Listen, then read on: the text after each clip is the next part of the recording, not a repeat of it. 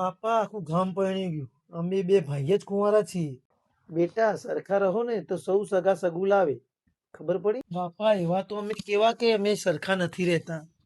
બેટા તમે ટાઈમસર ઘરે આવો, ટાઈમસર નોકરી જાઓ તો સારા સરખી રીતે રહો. વહેલા ઘરે આવો તો હું કોકને વાત કરું તમારા સગાની, કોઈને ભલામણ કરું તો તમારું સારું સગું લાવે. બાપા અમે ગામમાં ફરવા નીકળીએ છીએ. રાત્રે 12 વાગે તમે ઘરે આવી જઈએ છીએ ને.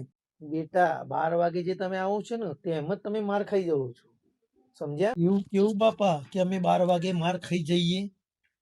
એમાં એવી વાત છે બેટા કે તમે લોકો 12 વાગે આવો છો ને તે લોકો વાતો કરે છે, આ છોકરાઓ 12-1 વાગે રાત્રે આવે છે, આ છોકરાઓ રખડેલ છે, એટલે કોઈ તમારી વાત લાવતા નથી બેટા. સારું બાપા, અમે ટાઈમસર ઘરે આવી જઈશું અને ટાઈમસર નોકરી જઈશું, પણ અમારું કઈ વિચારો બાપા.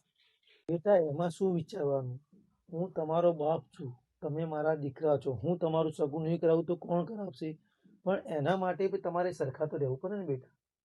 સારું બાપા, અમે હવે એવા સારા માણસો બનાવીશું કે અમારી કોઈ સામેથી વાત લાવશે બાપા. કોઈ તમારી વાત નહીં લાવે ને બેટા તો હું તમારી વાત લાવીશ, હું ખોરી લાવીશ બેટા, તમે ચિંતા ના કરતા. બાપા અમારે કોઈ વ્યસન નથી, અમે કોઈ કશું ખાતા નથી, તો લોકો અમારી કેમ વાતો કરે છે બાપા? બેટા નોકરી કરવી એકદમ સાચી વાત છે, પણ ગામમાં સરખા અને વ્યવસ્થિત રહીને ઇજ્જત બનાવી.